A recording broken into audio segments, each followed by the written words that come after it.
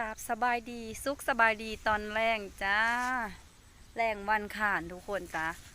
กำลังเลิกเวียกนอน้อยไดปลากดมาหาโต6 โตนี่เด็เบิดนี่50,000 กีบเนาะน้อยสิเอาไปปล่อยเพราะว่ามันยังเป็นอยู่นะสิแม่นเขาไหลมาจากหวยเนาะ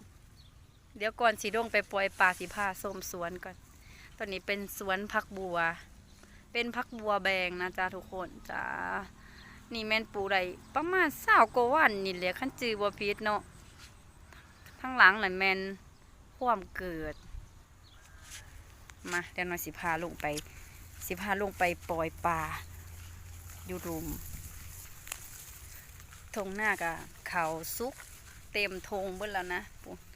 เหลืองอารามอยู่เนาะที่เฮาทายให้เบิงอยู่นี่เป็นหน้าของข้าเจ้าเนาะเป็นทางยางลงมาหาน้องปลาเฮาหั่นละทุกคนเอ้ยแล้วอยู่ในดินตอนนี้มันจะมีหน้าอยู่6 ไห่เนาะเป็นดินของน้อยเองที่ซื้อไว้2 ปีก่อนเนาะอันนี้น้อยใส่เบิงซุกคือกันนี่หน้า6 ไห่เบื้องนี้แต่บ่ฮู้ว่าสิได้จักสอบหรอกมาเฮามาปล่อยปลากดซะมาเบิ่งนำกันว่ามันสีใหญ่อยู่บ่หึปล่อยปลาก่อนปลากด4-5 โตนี่แหละเอา1 2